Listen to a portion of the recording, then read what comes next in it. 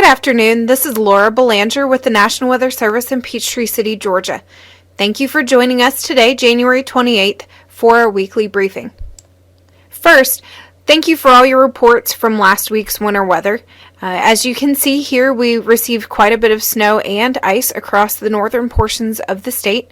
If you received any snow or ice amounts different than what's shown here over your area, please don't hesitate to forward those reports on to us.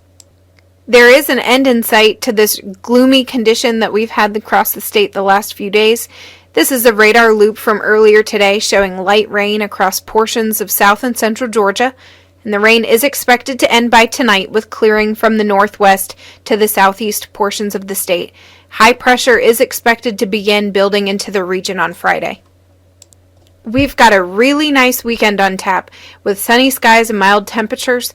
An overall warming trend is expected between now and Sunday, with high temperatures by Sunday afternoon reaching into the 60s, with some portions of central Georgia getting near 70 degrees. Our next big forecast concern is an approaching deepening low-pressure system that will drag a cold front to the state on Tuesday. Now, these images here show two different models forecast position of the low and the associated front around 1 p.m. on Tuesday. As you can see, there is some discrepancy with the timing of the front into northwest Georgia, varying from Tuesday afternoon to Tuesday evening.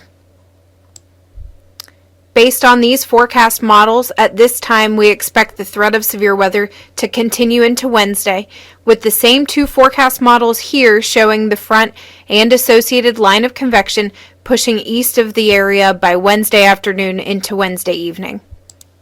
At this time, the Storm Prediction Center has already included portions of northwest Georgia in their severe weather outlook. Here, this is the outlook for day 6, but they also included portions of the state in yesterday's outlook at day 7. Now, it is important to use this outlook as a guide only. The risk area is not necessarily limited to the shaded region, and the risk area will be tailored more as we get closer to the event next week. You may be wondering if the inclusion of Georgia into a Day 7 outlook is unusual, and actually it is. Since 2008, when the Storm Prediction Center first began issuing Day 4 through 7 outlooks, they have only highlighted a risk for Day 7 11 times. Only one of these 11 included Georgia, and that was in January 2010. There was a handful of wind damage events that were reported. Now, the Adairsville tornado occurred in January 2013, and the Day 7 risk area was just west of the Georgia-Alabama state line. Now, this event that we're expecting Tuesday into Wednesday, as of now, we expect there to be a severe squall line that moves into the state Tuesday afternoon or Tuesday evening. Discrete supercells are expected to develop ahead of the line, utilizing the ample moisture from the Gulf of Mexico and the increasing instability over the area.